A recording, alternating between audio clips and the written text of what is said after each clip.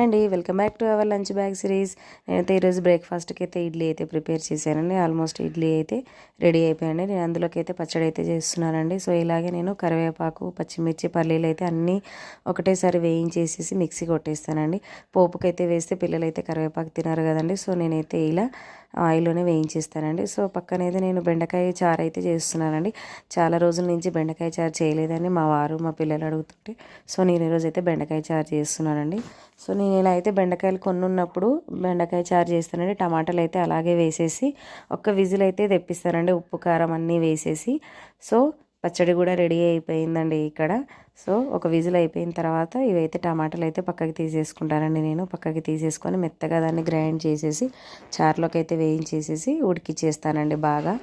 So ఫైనల్గా చారు కూడా అయితే రెడీ అయిపోతుందండి. సో ఫైనల్గా కొత్తిమీర అయితే వేసేసి నేనైతే చారు అయితే అన్నంలోకి కలిపేసేసి బాక్సులు అయితే కట్టేస్తున్నానండి. సో ఇదండి ఫైనల్గా బాక్సులు అయితే ఇవ్వండి. బ్రేక్ఫాస్ట్ లంచ్ బాక్సెస్ అయితే మావి రెడీ అయిపోయినాయి. సో వీడియో నచ్చినట్టయితే సబ్స్క్రైబ్ చేసుకోండి.